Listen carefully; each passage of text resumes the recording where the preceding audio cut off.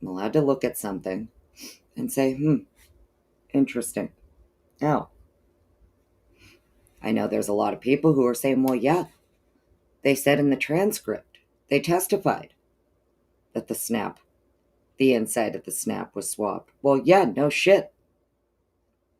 That's the point. They testified to it, and then that came first, right? The testimony came first, motion in limine came second, right? So, get into a little conversation about why I think, the defense is getting at here. Something tells me the swabber, something about the swabber's account of where they actually swabbed. Maybe it doesn't line up with the state's account of where it was swabbed. That's just my opinion. I'm allowed to have that opinion, but I'm not pulling that opinion out of my ass, right?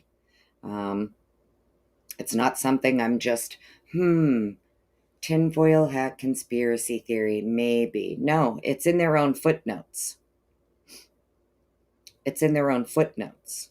So it sounds to me like what they did is they got them on the stand first. They got them on the record first as to the precise location. And if you remember correctly, Riley Nolan, even in the testimony, had to correct herself, right? To say, oh, yeah, that's right. The top wasn't swabbed because fingerprints, right? Meg P, darling, you will be right back. No problem, honey. Come back whenever you want. So, I just notice every time I ask a damn question, people get it confused. They think I'm doing like a statement of fact or something. No, I'm just reading the document. I'm asking some questions and I'm saying, what the fuck? James Moen, how you doing? Ms. Pottage, how are you? Welcome on in. Get to some Nola, New Orleans lady. Oh my goodness. Hello, darling. The original deep diver right there. You want to know anything about that damn trash and whether or not they should have been inside the private gated community of the Koberger parents collecting trash and placing cameras on the private property? Nola there knows all about that. The original deep diver. Paco, hello, how are you? If there's any of you I missed in chat, sorry. Hopefully my audio is better now. Lady Speedwell, hello, how are you? I think when it comes to the swabber, too, we'll see, even with Riley Nallen's testimony, that the swabber needed some guidance, right? Where to swab. So this sounds to me like maybe the swabbing was done at the actual scene after the item is photographed before it's bagged and tagged. Maybe your forensics is doing a little bit of swabbing, collecting some swabs right there at the scene, right? So, anyways, hopefully this isn't going to be a long one. I just kind of wanted to point out that, let's remember the testimony and the sealed hearing came first, right?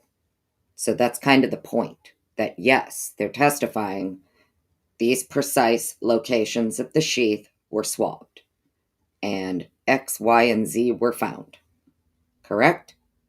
Q11 allegedly is from the inside snap.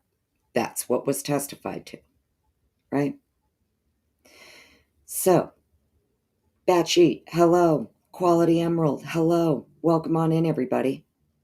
So I'm thinking where we'll start is kind of the point that I'm getting at here.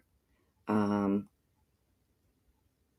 it comes to the sheath, so we can go look at the,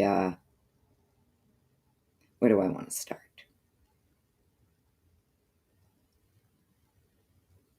Start here.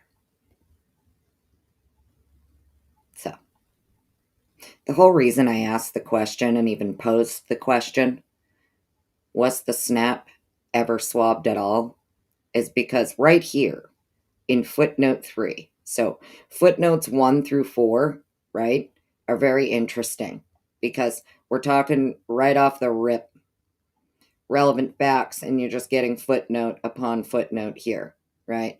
Let's start at number 2, because the state has indicated that these terms, okay, touch DNA, and what's the other one they got her here for? Contact, right?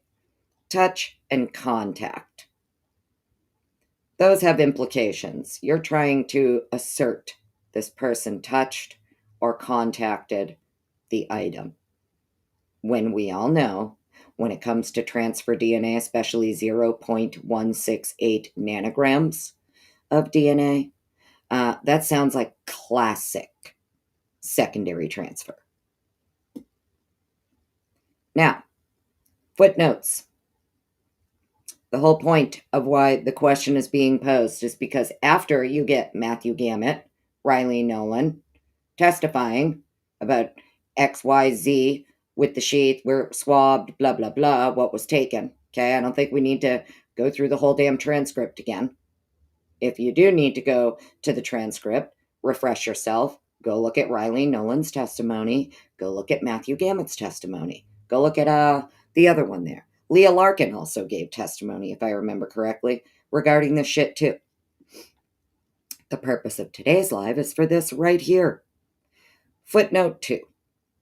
The exact location of the sheath is unclear in both photographs of the room and in the written description of its location. The body cam footage of one of the first officers on scene shows the sheath tucked under the covers next to Miss Mogan.